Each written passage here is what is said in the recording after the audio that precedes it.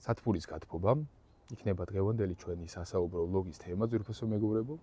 საკმაოდ აქტუალური თემაა და ხშირად დასმული კითხვაზეც სავარაუდოდ კიდევ ერთხელ გავცემთ პასუხს, მანამ სანამ დავიწყებთ ამ ასე იგი საინტერესო ვლოგზე საუბარს, გეტყვით რომ გთხოვთ უბრალოდ რომ გამოიწეროთ ჩვენი YouTube არხი და აყენოთ ზარისღილაკი, დაწეროთ კომენტარები, მოიწონოთ ესე იგი ჩვენი ვლოგები, რათა უფრო მეტ ადამიანს მიეცეს შესაძლებლობა რომ მიიღოს შესაბამისი ინფორმაცია ჩვენს სფეროში. მცირე სიღრმე, პირველ რიგში თავიდანვე გეტყვით რომ სათბური არის 70 კვადრატი და აქტუალური არის ამ ტიპის და კვადრატობის სათბურები საქართველოში განსაკუთრებით. რატომ? იმიტომ რომ საოჯახო ტიპის არის ძირითადად და გეტყვით მცირე მონაკვეთსაც, ესე იგი ამ პატარა სათბურზე.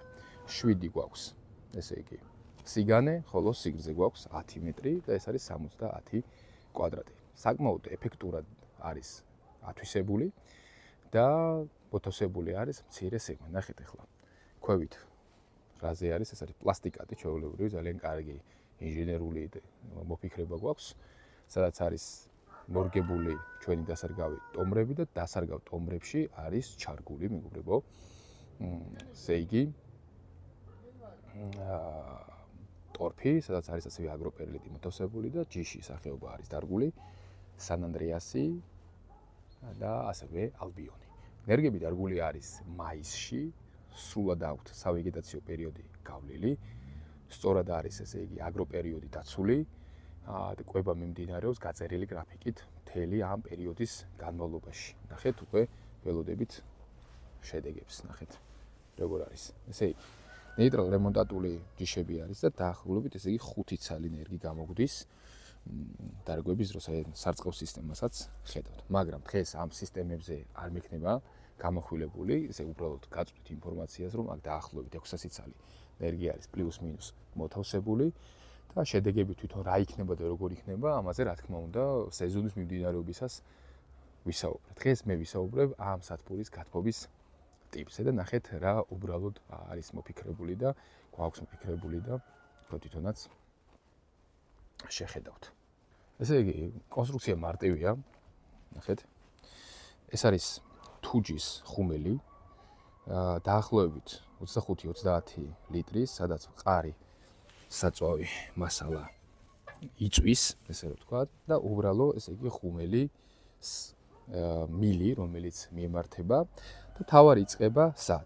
ესე იგი, როდესაც დაინთება და ძირითადად ქვანახშირით დაინთება, რა თქმა უნდა ეს ყველაფერი, შემდგომ სითბო მიემართება აი ამ მილებში და ზევით აქვს მოთავსებული, იქ ზევით არის მოთავსებული ვენტილატორი, რომელიც ირთვება, ჩვეულებრივად აი ჩამრთველი გვაქვს და ვენტილატორის ზევიდან უკვე იწყებს ამ სითბოს განაწილებას, აი ამ მილებში ნახეთ, როგორ მიემართება სულ ბოლომდე, სადაც ხელი ჰაერის გამოშვება ხდება.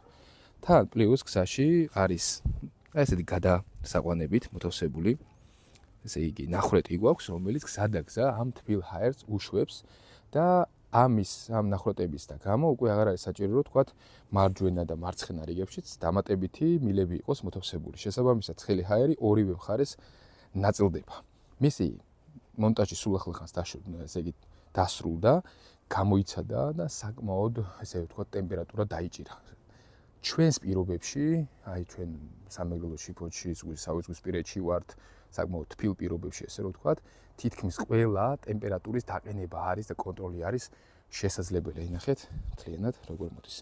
დაახლოებით 1-30 ლიტრიანი ქვანახშირი რომ გაათბოს 3-4 საათის განმავლობაში შესაძლებელი არის რომ უწყვეტად იყოს ანთებული. ანუ თუ საჭიროება მოითხოვს, ვთქვათ, ეს იყოს ანთებული 12 საათის განმავლობაში, გადაამრავლეთ თუ რამდენი არის საჭირო და აი ესეთი ტიპის საოჯახო სათბურებს ყოფნის აი ამდენი 30 ლიტრა რომ შეივსოს ეს ყველაფერი. მე ვფიქრობ რომ საკმაოდ გამოსაყენებელია, საკმაოდ პრაქტიკულია ასეთი სათბურებისთვის და თანხობრივადაც ეს ფაქტიურად არაფერ დანახარჯებს არ მოითხოვს. მარტივი უბრალოდ მილი არის გაკეთებული, შემდგომ თუჯის სათბური და უკვე აი ეს ხედავთ მილები, რომელიც არის 50-იანი მილებია. მე თუ არ მეშლება, რა თქმა უნდა 100-იანი ნამდვილად არ არის. ბოლოში დახურულია და გამოსვლა მიმდინარეობს. ერთ მხარეს არის მიმართული ეს ნახრუტები, ხოლო მეორე მხარეს აი ესე არის ეს ნახრუტები მიმართული. ძალიან პრაქტიკულია, ძალიან გამოადგება ჩვენს კულტურას, საკმაოდ დაიჭერს ტემპერატურას, თან ტემპერატურა ძალიან მნიშვნელოვანია, თან ნაყოფის დამწიფება რომ უწყვეტ რეჟიმში მიმდინარეობდეს არასეზონზე, ზამთარში საჭირო არის საშუალოდ 20-დან 23-დან 25 გრადუს ტემპერატურამდე და ამიტომაც მე ვფიქრობ, კიდევ ერთხელ აღვნიშნო ეს საოჯახო ტიპის სათბურებს საკმაოდ კარგად მოემსახურება. თუ უფრო დიდი სათბური იქნება, რა თქმა უნდა, უფრო დიდი მასშტაბის იქნება ეს ყველაფერი საჭირო რომ გაკეთდეს. თუ რა სიახლეები გვექნება შემდგომში, ამაზე რა თქმა უნდა, მომავალ ვლოგებში ვისაუბრებთ. ამიტომ დაგავიწყდეთ ჩვენი YouTube არხის გამოწერა. ეს ჩვენთვის ძალიან დიდი мотивация, ძალიან მნიშვნელოვანია. დაწერეთ კომენტარები, ვინმე სხვა არ გაქვს გავსი გამოცდილება და ჩვენ მომავალი საინტერესო ვლოგებით შევხვდებით. მომავალ შეხვედრამდე.